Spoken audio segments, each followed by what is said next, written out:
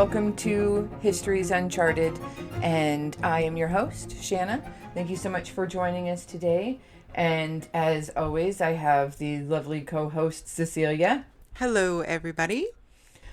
We hope that everything is doing well today, and we are excited to continue our conversation from last episode. The 16th century Hungarian Countess Elizabeth Bathory, most notorious for being a serial killer, possibly a vampire, we're going to get into that later, that traveled the countryside and left the mutilated bodies of young women in her wake. That's very exciting to me. I don't know why. As to me. So we're going to delve a little bit more into that. Where we left off is she is widowed. Well, she was married and then she is widowed. She has a couple kids. Young. They're all very young still. Yep. She is looking at financial ruin. She's running out of money. She lost her income with the death of her husband. So she is selling off properties and trying to call in loans unsuccessfully. Very stressed out. Aging, losing her illustrious beauty. And she has moved in a young woman, Anna, who is a midwife and does natural healings and herbal remedies and maybe even cutting off wounds and bloodlettings and stuff as natural medicine practice. Strange mystical healings that she partakes in. Yeah.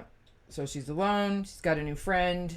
She's stressed. She's going broke. So let's see what pushed her over that edge. One day, a rumor says, a young serving girl did not do Elizabeth's hair to her liking, and she went mad. She slaughtered the girl. She's slicing her up until the girl died. So as she's washing the girl's blood from her face, she notices that the skin is firmer and smoother where the blood was. So then she got to thinking that this is going to be a way to preserve her beauty and her youth. So, as the rumor goes, it is at this point she begins bathing in the blood of her poor victims in an attempt to keep her skin young and beautiful. I feel like this is an obvious conclusion. So, more and more girls start to go missing. All right, all over the countryside as she's traveling around. She's getting more stressed out, and then more and more reports of these girls are coming up, and she keeps saying that it is cholera outbreaks. Again, as you had said, plague, famine, illness, pneumonia, TB, fell down a flight of stairs. I think one of them was a bear attack. A bear attack. That one I think actually comes later. But so there's all these different reasons. That is the time, though. Death is rampant. Like you said, we don't have antibiotics. Surgery is rudimentary and usually on the battlefield. You're probably leeching still. Who knows? Humors and stuff. For reals. But what you might be asking is, why aren't more and more people making accusations and asking questions? For reals. I mean, I know that we had the priest the pastor who, right? But there was a lot of money that was talking. So, yeah, what she's referring to is a lot of bodies started turning up in the local village from the Bathory castle, and he publicly accused her of doing naughty things and said basically you need to get right with God. Right. And she got pissed, and her husband bribed off the church so that no accusations could be brought against the family, and basically they swept it all under the rug. And he just continued to do that until he died. And now he's dead, and there is no one to protect her. So she is just running around unchecked with her friend, killing young ladies. Okay, but why isn't anyone making any accusations, you ask? Right. Okay, so there's two reasons. One, as we have said numerous times, cholera, diseases, plagues, everything's going around. This is pretty common. So, as we've already said several times. So, number two. So, a little bit more complicated. All right. Right now, we're in 1601, 1605, wherever we are. Okay. But back 100 years ago in 1517, there was this huge peasant revolt. Right. And then the peasants lost really big time. And they were super, super punished. Half of them were massacred. The other half were mutilated. And they were basically told that them and every future generation of them belongs to the lords of the land. And they belong to the land. They are never allowed to leave. They are never allowed to say no. They are forever servants. So for like the last 80 years, the people of the land have literally been living as property. Yes. To their family. Yes. That's to the ruling elite of that right. region, which this is the Nasdides that own this region. They belong to the Nasdides. They belong to the Nasdides. They have had 80 years to ingrain into their culture. And these are people that probably live until they're like 30, 40 years old. Yep. And they're controlled through the church and, 3 to 4 generations of I am your property. Yeah. They're not educated. They're that illiterate, is their mentality. Farmers, very small lives with not a lot of freedoms. Right. Yeah. Curious enough to question, but smart enough to know that they are property and they should not be speaking up against or out. Basically, it's illegal. It is literally illegal to accuse her. So they are forced to continue to suffer in silence as their daughters were killed in brutal ways and then some just mysteriously disappeared. So there is a huge probability that Elizabeth felt, you are my property. Mm-hmm. I can do whatever I want to you, and I really don't have any consequences, obviously, for my actions because you're just very similar to a horse or a cow. You're a property, something to be used and then disposed of when you're done. So I've kind of on everyone's part, these atrocities are happening, and it's kind of like it's almost allowed. And it's amongst the citizens because that's where they got the people that worked within their castle is the people that lived in the villages around them. So she was bringing all of these people into her castle as employees. Correct. So these were family members that were now, like you said, they were missing their daughters. To a point, because some of these might have 8 daughters and they can't feed them all. So yeah, you're going to go take a daughter of mine and you're going to house her and feed her and she's going to work in this castle and be a lady's maid. And then I don't have to feed her and take care of her. So it was a great deal on everyone's part until they showed up in a box a couple months later with horrific wounds all over their bodies. For sure. And then this just continues to happen. What happens? Does she run out of her supply? High death rates, low birth rates, or whatnot. That does actually happen. By 1609, all of her little local areas, so she's sold off a lot of her properties at this point. So she really only has the Chete Castle is her main base in northern Hungary that she's going to. So she's lost a lot of her fresh supply of victims. Right. And this is 5 years after husband's death. Correct. Okay. And the people are starting to be like, I don't want to send my daughter to you. She's just losing her supply. Right. Well, and I mean, from what you were saying, it seems like there was an uptick. Yes. In as her stress levels, with her family situations and her financial problems, and then realizing that it might have restorative properties. She became a little obsessive and busy. And now she's got her bestie who specializes in healing and midwifery. At least is very familiar with the feeling of using pinchers on soft flesh. Is familiar with cutting into flesh, sewing up flesh, cauterizing flesh, is very familiar with holding down victims and treating wounds afterwards and, just things of that nature. So it's like 2 little peas in a pod. Right. You've got a woman who has an affinity for torture and just control and unfeeling towards these people, I would assume, if you've gone through that many fucking humans. Yeah.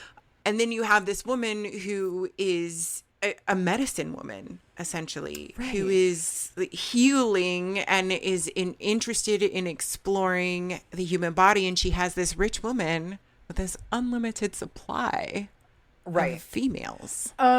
And ironically, because they can't attack Elizabeth, they eventually do attack Anna, and she's labeled as a witch. Oh, well, I mean, that's not surprising. And they're doing some herbology and potions and stuff like that, and, that's all very connected with women and witches and persecutions, especially in Hungary, especially in the 1600s, before the around the witch scare. So these are big words to be throwing around. Heresy, witches. Oh, for sure. Murderesses. Okay, so 1609, she's run out of bodies. What is she gonna do? I don't know where she comes up with the idea, but it's truly an ingenious idea. And she opens what is the equivalent to a finishing school. So she calls it the Gynekaeum. So that's Greek for the house, part of the house that's only for women. So it's a house for lorded gentries to send their young daughters to learn the fine points of being a young lady. So like embroidery and posture and, I don't know, playing the piano and reading Latin and learning how to be a good wife. Right. So she opens up this school and she sends out, to the countryside, hey, send your daughters to me and I'll return you with marryable, eligible, amazing young women. So all of the lorded gentries send her all their daughters. So all of a sudden she is flush with all sorts of young ladies. Okay. And I'm assuming I'm assuming she's being paid for this. You pay tuition, of Very course, nice. to them. So it's bringing in that much needed income, and it's bringing in that much needed pliable flesh. She's clever. She is. I'm throwing that out there. That one was great. That's clever. It really wasn't long before they weren't receiving letters from these young girls. Weird. There's no phones. There's no Skype. There's no instant communication. If you haven't heard from them from 2 to 4 weeks, that's not that unheard of. Right. It takes 2 to 4 weeks for a letter to even get to you, and then they write back and they mail it back. Like, it's a process. It's a situation. It is. I get it. It is. But none of their letters are being returned, like replied to. They're not receiving returned letters. They're just not receiving replies. Right. One young man goes to visit his sister and is almost denied entry. She is busy and he makes lots of demands and says, no, I demand to see my sister. And apparently she was in the middle of some punishment. So she's upstairs in an attic and she's like chained up. And so she's got, bruises around her wrists. She's starved, probably circles under her eyes. She's probably smelled. She hasn't been bathed in days. Her hair, she's probably a mess, dirty dress, crying, bruised, and they have to parade this young woman before this man and try to pass off that everything is okay. And they mostly get away with it. For some reason, the sister doesn't narc them out, and the man leaves, not happy. Okay. But he leaves, and it looks like they're fine, so they just continue on business as usual. Yeah. I mean, it seems, I guess, pretty normal that your sister would be bruised and malnourished and shaking, all timid and unable to say okay. I mean, the threats to that poor girl to make her stay silent, compliant, in front of her brother, and act like everything was okay. So that would be an interesting interaction. That would have been a weird. I can't even imagine how fearful you would have to be. The shit that was said to you, the thing that you wouldn't want that rescue and that save from your brother to not just run into it. Like, take me! Oh my God, they're hurting everyone. All the girls. She's witnessed God knows what, and has experienced God knows what in this house of tortures. So how did she explain this away? I guess. As usual, she used the cholera, but unfortunately, these are the elite that are not hearing back from their daughters. So these rumors and these complaints are making it to the court of the king now. They're like, hey, I think something's going on. Figure it out. People were sent from the king's court to go check in on Bathory, and she just is like, hey, we had a cholera outbreak, and everything's fine. Look, everything's fine. And can kind of play it off. Right. I mean, throughout this time, she's still invited to social events. She's going to balls. In fact, there is a new king of Hungary. She's invited to the coronation of the new king. Oh, fine. So her status is still, like, it's there. she's still a widowed woman with very little hold on anything, but she's still part of her rank. Yeah. Yes, she still has this rank. The Bathory name still means... At this point, remember, she's still a Nasdity. She still is a Nasdity. Yes. That is correct. So her Nasdity name Yes. and household is still... but she has lost a lot of her properties. They have swooped in and... But her name's good enough that they're still sending their daughters to her. Okay. So she's going to the king's court. Nothing's really being done. Business as usual. Okay. So at this point, right around the king's coronation, I feel like she's had this investigation. She's had this boy come and look and leave, and nothing has really happened to her. Right. So I feel like she starts to get very overconfident and maybe a little sloppy.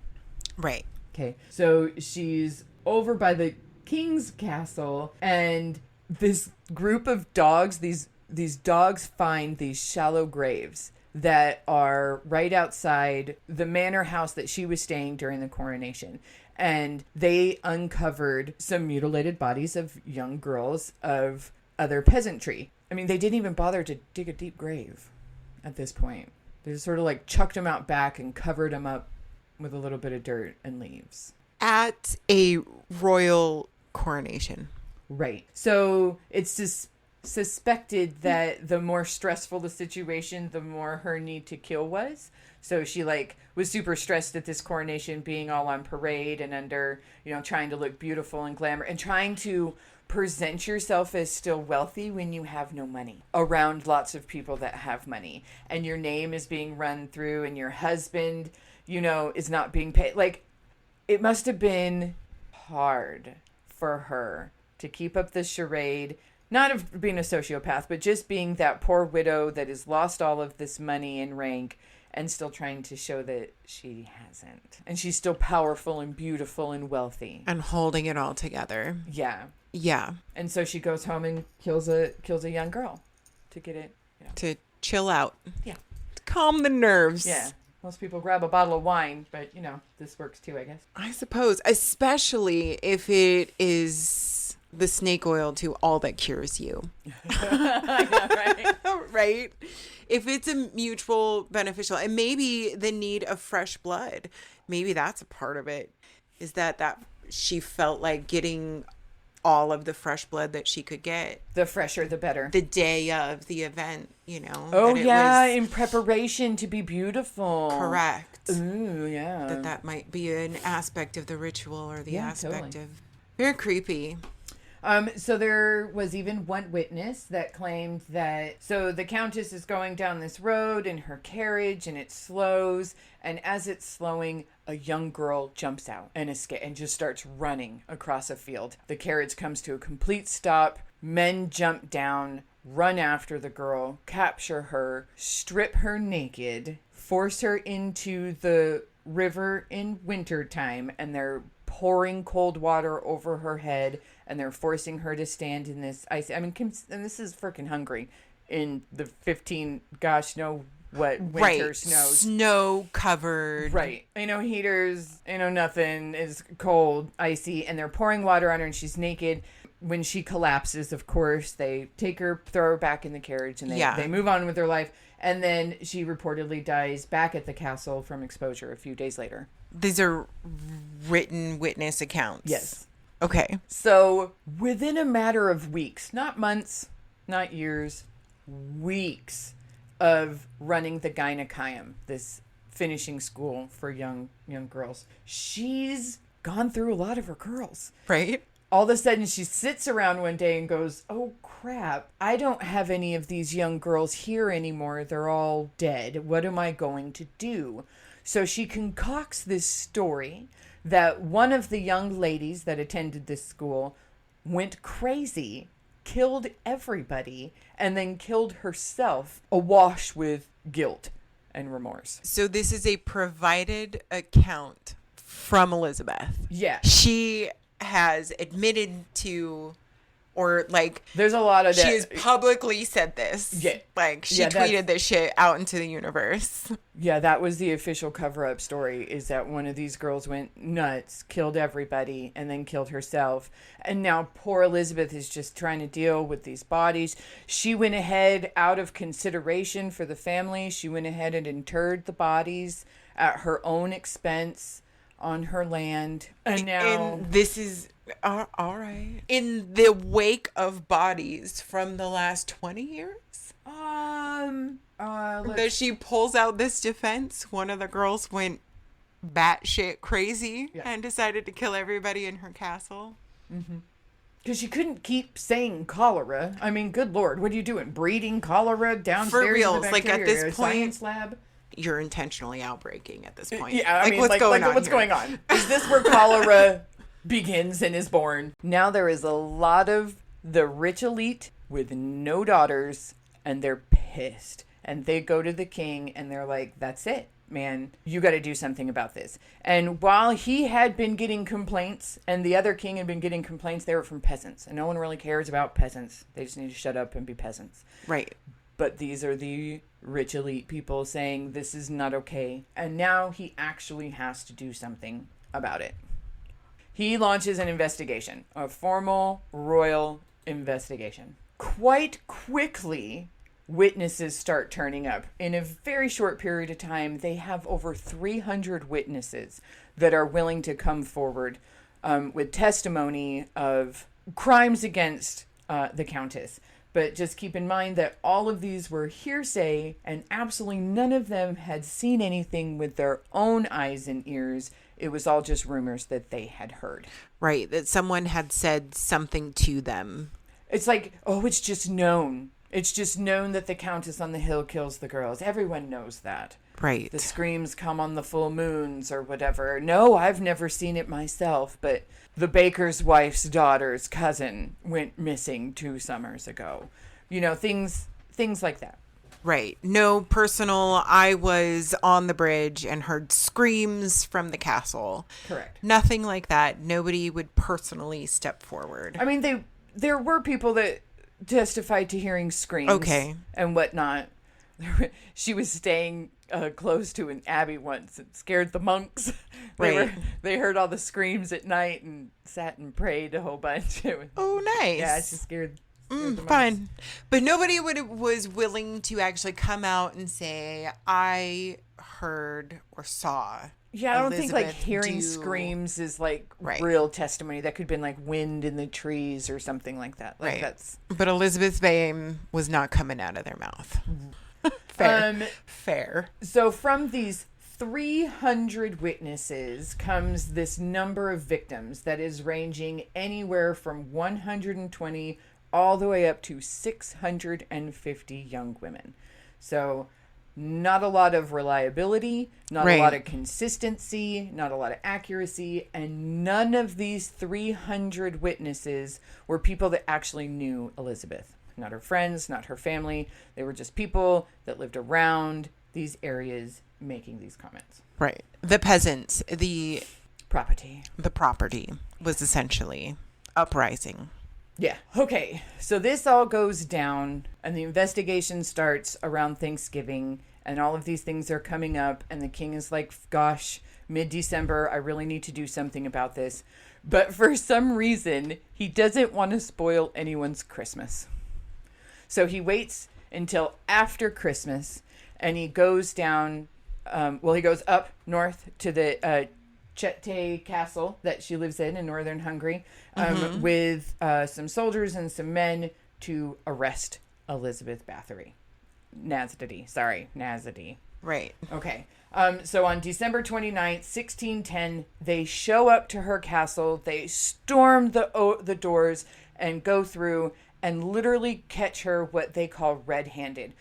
Right in the entranceway, there is a bleeding, wounded, crying, mostly naked girl pleading, saying, she hurt me. So they grab this girl. And of course, there is Bathory standing there. Some say covered in blood or blood on her skirts or her dresses. Some say not, so. And, They pull everyone out into the courtyard and they begin to search the castle. Oh, fuck.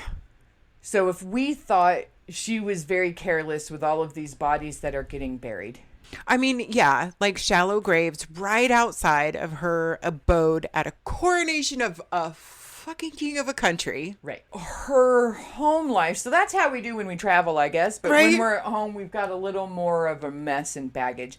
So apparently they had been stuffing the corpses of her victims down in the cellars and like stairwells, and then like the East Hall, they'd stack with corpses and then block it off and then just not go down there anymore. Oh my God. So just that night, the king and his men pulled out around 50 corpses, and they were laid out in the courtyard. Holy shit. Of just mutilated, burned, bruised. Like House of a Thousand Corpse style, just... Yeah, cuts, right, like burns and cuts and just various forms of mutilation and pain that these poor girls endured. And various stages of decay. Correct. Oh my God. Correct. So the poor people pulling these bodies out.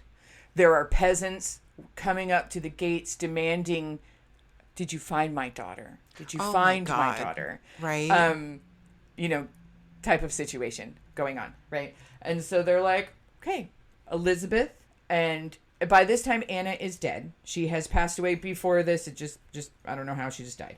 Okay. And then so Elizabeth and 3 of her closest servants. So there were 2 older women, and then there was this young guy that they call a dwarf. So I feel like he is a little person, most likely. And he's young, not much older than a teenager, that has been living with Elizabeth kind of as a pet. This is just very not socially acceptable now, but back in those days, little people, stuff like that, tended to be court jesters. You were given to a wealthy family. Right. As a pet, basically. Yeah. A human pet.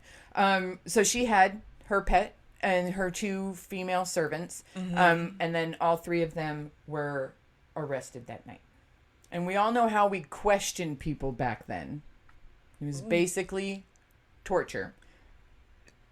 Correct. And then spending out the non-tortured moments in a rat-infested, stinky ass Dungeon where you're shitting and pissing right next to the stale, crusty, molded bread that they gave you. Yeah, but fortunately for them, I guess, if you want to look at it this way, they didn't have to wait for very long. So after extreme torture, all 3 of them confessed to the torture and murder of 50, because that was the number of bodies that they found. So that is the number of people that they confessed to killing. Okay. Even though they have been accused to as much as 650, which is probably exaggerated. It's probably more closer to maybe 100. Or who knows? Who knows? I don't know, man. They talk about that trail of bodies. This is the last 10 years. It's like, what, 10 people a year, maybe? Do you think? I would think it would be more than 10 people a year. I think it would be like 2 to 3 a month. I know, right? I would feel like it would be more than that, but there is no accurate count. All right, well, I'm gonna math our assumption, but carry on. So they confessed to killing 50 girls, and this is the ages around 10 to 14. Young girls. They told gruesome tales of removing fingers, cutting off parts of their bodies, and then forcing them to eat their own flesh. They described in great detail how they would burn, starve, beat, and disfigure countless girls, leaving none alive. Well, so if I math it at 2 victims a month over 10 years, that's 200 girls. There's way more than 2 a month. So it's got to be way more. I wouldn't shake a stick at 650. I'm just throwing that out there, especially in the heyday of her husband. And right, you never know what he did, because he was involved with some of these too. Correct.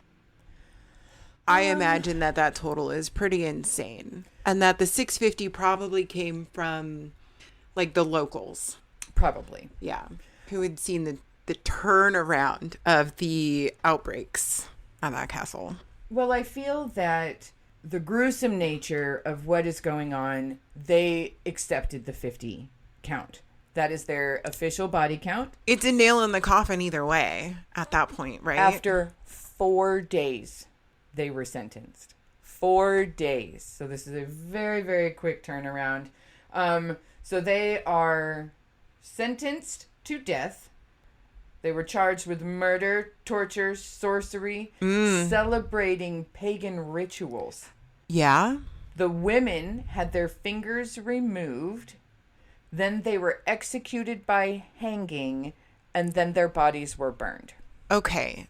Is there a reason that they removed the fingers? Is that like a religious or something? I feel like it was maybe like penance or punishment. For how the bodies were found, maybe? But what was really weird is the young teenager, the little person guy, due to his young age, they took mercy on him. And other than, of course, his tortures, which were God knows what, it just says tortured. Right. They took pity on him and they beheaded him first. And then they burned his body with the other women. So the women were subjected to a painful torture and having their fingers removed. And then they were slowly hung, where he was very quickly beheaded. Right. Out of mercy. I guess. So officially, Elizabeth, while she was arrested, she was never tried and convicted. Because it goes back to, it's illegal to do this to an elite. It just doesn't. Correct. It just doesn't exist. So what they decided to do is they took her back to her castle and they put her in her rooms and they walled up her rooms. And she basically was a prisoner in her own castle until she died about 2 years later. What's up with her kids at this point? Do we have any historical records on that? Yeah, so the boy, as common practice, when he became around like 8 or 10, just like a girl, you send him off to another elite's home and they teach him how to be a boy, like a page or a knight or, whatever. So he... Like the Nasdity dame carries on through him? Yes. Okay. And so he goes and stays with other people and carries on to be of elite. Right. Her 2 daughters, one of them, Anna, marries another wealthy elite dude who actually stabs Elizabeth in the back during the period of time of the investigation. So this is a very public investigation, and everyone knows that they're snooping around and they're asking questions, and he goes to the lead investigator and says, so I will give you testimony. We will arrest, convict, and eliminate this troublesome woman, and we will split the properties and the money. Oh, okay. So that was a deal on the table pretty much almost until she gets arrested. And I feel like she catches wind of this. It's very common practice anyway. Nobles would accuse other nobles if they were found guilty of treason or something. They're executed and then the state can confiscate their wealth. Gosh, the Romans did this, this is well known.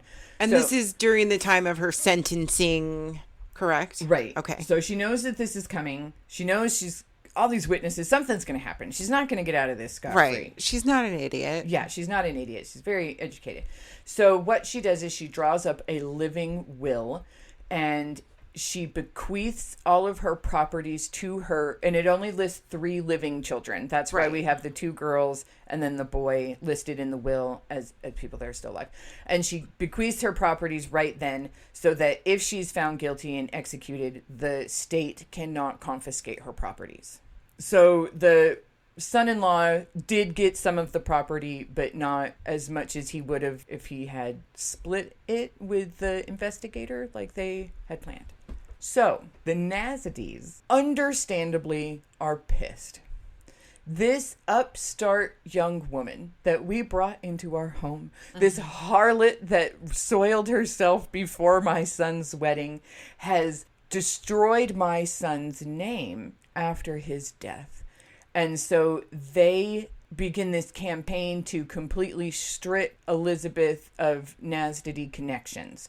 That is why when you Google her, she is Countess Bathory, because she is known to history under the Bathory name and not her married name. And then her daughters, of course, took the names of their husbands, but the boy was a Nasdady, and he moved on. That name actually has carried on. So in their attempt to change history, they did not allow her to carry that name into Correct. death. Yeah, she was a Bathory again. Fair. So up until her last breath, she claimed her innocence. I never did this. My servants did this. I was a poor victim. They said that they would hurt me if I did not allow them to kill these girls or if I didn't help cover up their crimes. It wasn't me. I am just as much a victim. She writes to the king weekly, probably daily, writing to anyone in her family or anyone that could help plead her case or try to listen to her tale. But in the end, no one's really believing her. And while she is locked up in her chamber, like, they feed her twice a day. They're giving her these pens and quills and paper to write these letters, and they're delivering the letters and correspondence back and forth. So it's not like she's rat-infested dungeon. She's in her room sleeping on satin and silk, languishing away. Just walled up and fed through a hole. Like, correct. That's the roughest of it. Yeah. But I mean, she's also unable to kill. She is unable to kill at That's this point. gotta be rough. She really does show her strength and her position, that she really hated the fact that as a woman she was second to men. She expresses this a lot through her life. And it's really funny, one of her last things when she gets arrested and blocked into her room, she says, "This won't last long. I will not allow myself to be dominated by men for long." Fuck yeah, Elizabeth. She does go a little crazy towards the end, probably the forced solitary confinement. And when, she stops getting pens or paper or whatnot, she scribbles her innocence on the walls in her blood. Wow. It is said. It is said. It is. All right. So, I mean, you had talked about vampirism. I did. And stuff. Like, where does that kind of come into play, I guess? So she made it 2 years in her hole, Yep. and she ended up passing away. Her kids faded into history under different names. So where does that kind of come up? It doesn't actually kick up for another 200 years. Okay. And then all of a sudden, Eastern Europe is seized in this grip of vampire mania. And it is stoked by the Gothic brains of Bram Stoker, who goes back to these dark areas of Transylvania and Wallachia and Hungary for these characters from the past that had these bold reputations. So he found Vlad Tepes. 1800 something. Right. Okay. So he found Vlad Tepes, who impaled people. Oh, he must have done that because he wanted to drink their blood. Why else would he do that? And then he came across Elizabeth Bathory, and she killed all these young girls and wanted to stay young. And it was reported that she is bathing in their blood. Now, was it reported in the 1600s that she was bathing in her blood? Or is this a story that goes back to give validity to the vampirism theory? So, who knows when exactly these parts of her legend formulate her. But she gets labeled as a vampire because of her association with her blood and her fascination with blood.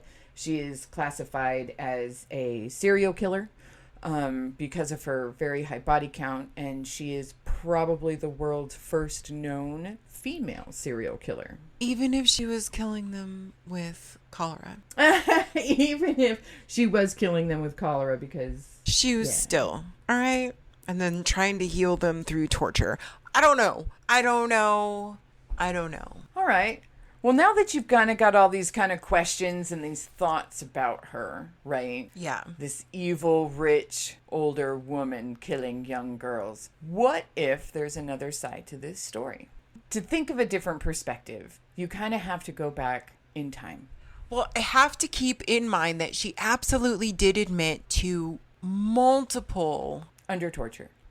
What would you admit to under torture? Oh, God, I really don't know. I guess.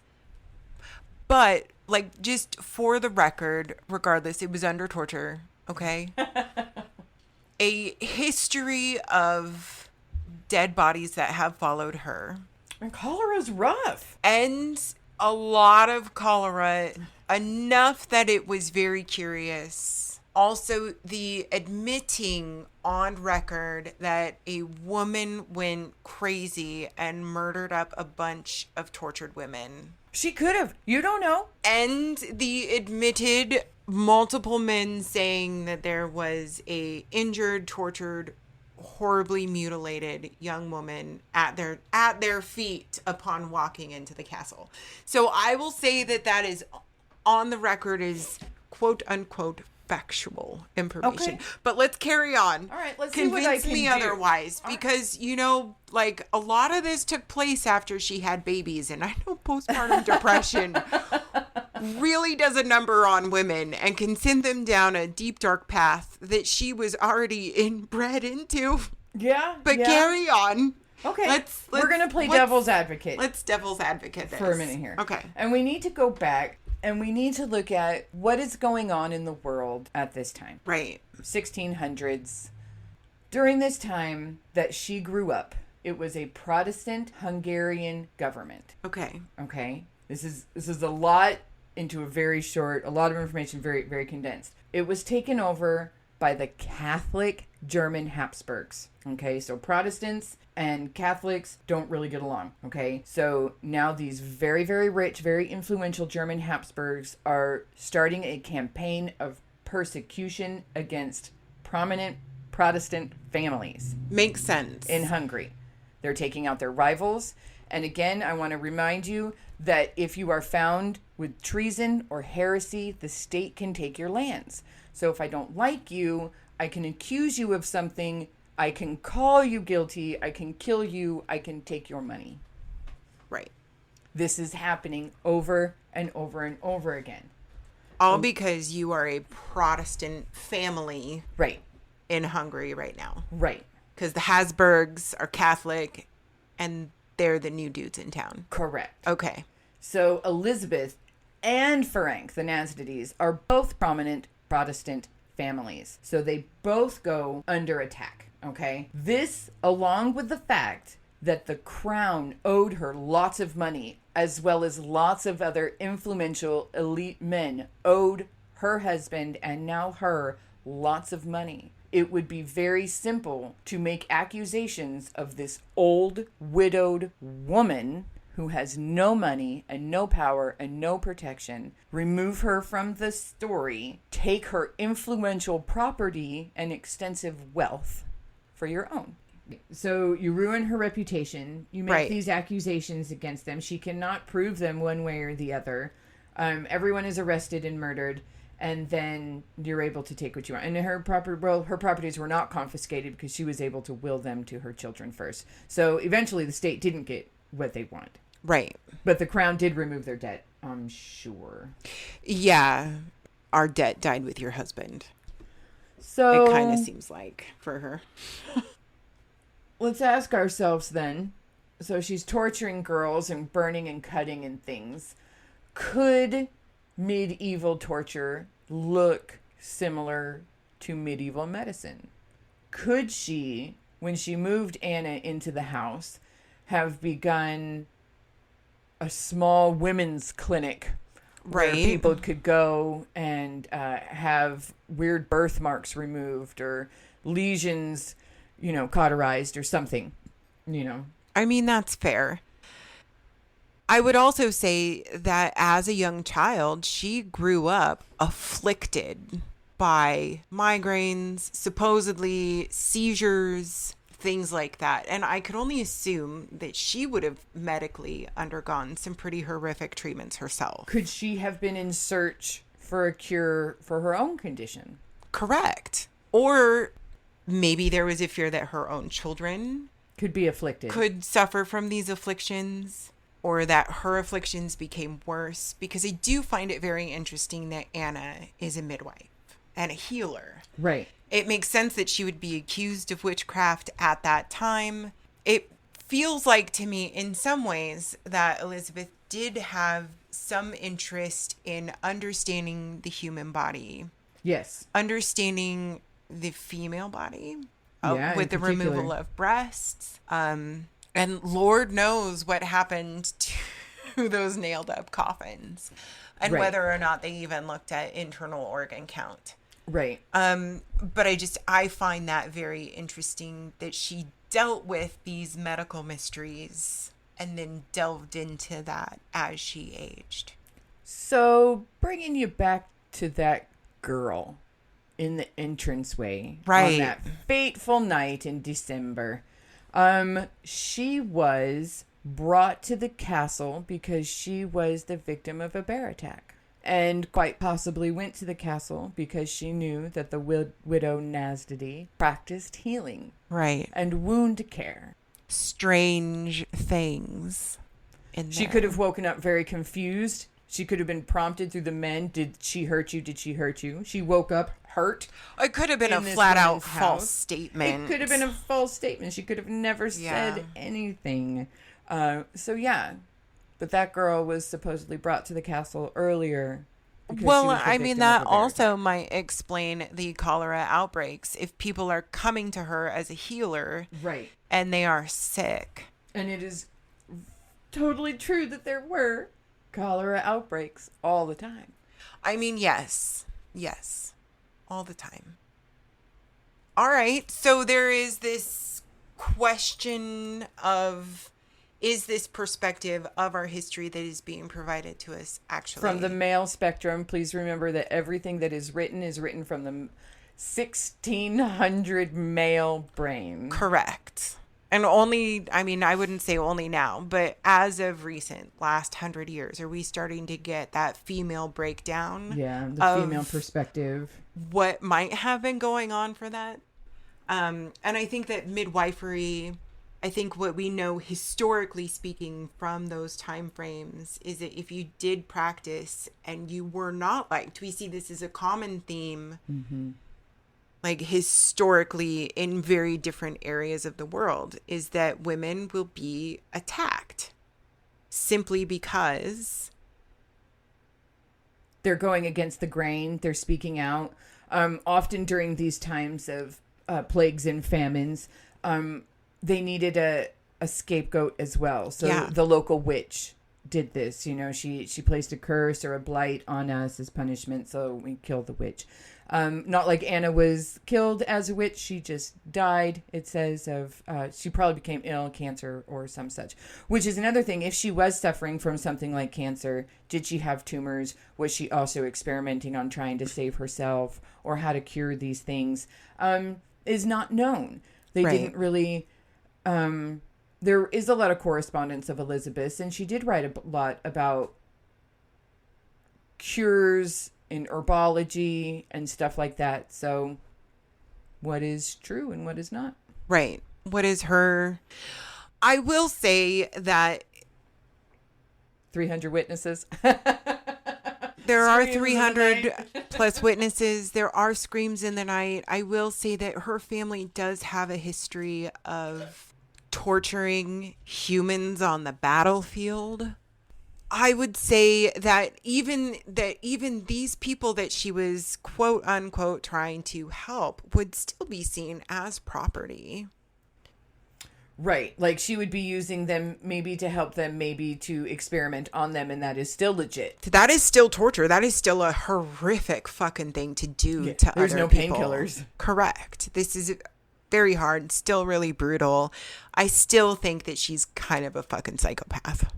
You know, and it never says later that she, as an adult, suffered from seizures or these things. So, I mean, and she continued on to have children. And I mean, children that were not inbred. Correct. She did venture outside the family. So it very well could be that most of those children probably were not afflicted by anything crazy.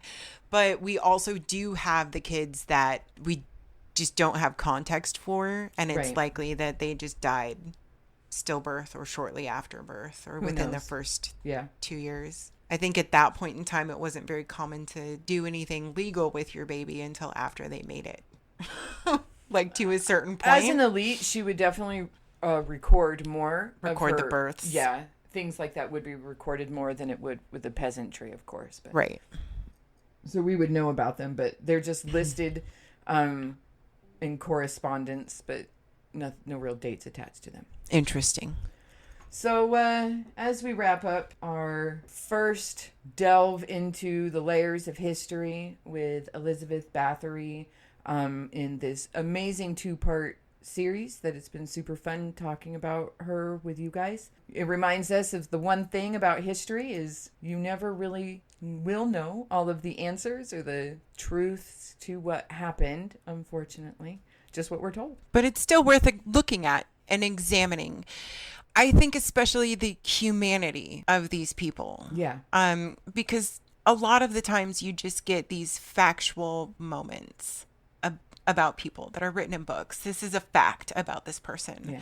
And that you don't really get to delve into what might have been that motivation behind. And I feel like we really got to do that with Elizabeth today. It was a lot of fun. I feel like that too. She's a super fun character. I really always enjoy talking about her, and I've really enjoyed sharing her with you. So I hope that you guys choose to tune in next time when we hopefully talk about something just as fun and exciting. So thank you for choosing History's Uncharted, and we'll see you next time.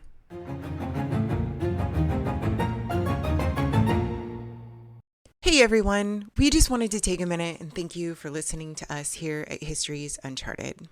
We know you have lots of options out there, and we are super grateful you chose to share this hour with us. As a brand new podcast, it takes a lot to get started in the beginning, so if you could please rate us, follow us, leave a comment, or even share our podcast with someone you think would love to hear a cool story. You can do one or all three. But whatever you do, we would love to hear from you.